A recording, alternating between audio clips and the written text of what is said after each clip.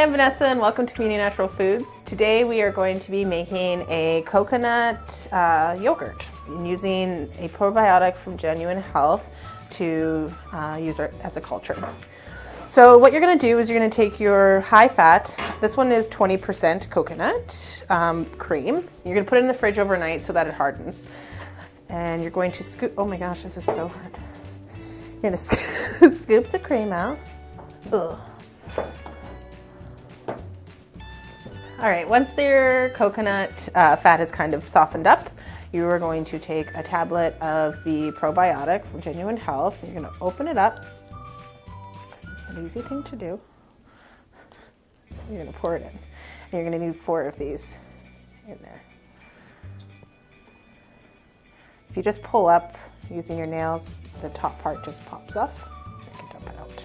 Once you have the probiotic in there, you're going to stir it together.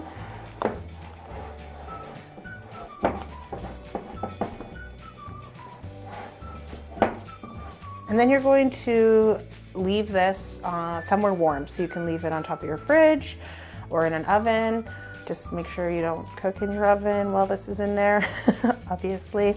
And leave it covered for at least 12 hours and it'll start to kind of thicken up and have kind of a tangy taste to it. So let that rest and culture overnight and we will be back with a nice looking yogurt for you.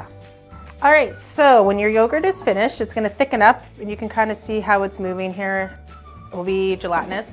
If it starts smelling really off or changes color, throw it out. It's not good. Do not eat it. At this point that the fermentation has happened, then you can start adding in flavors. So if you want to add some vanilla extract or some maple syrup to sweeten it or any kind of fruit, that's what you can do there.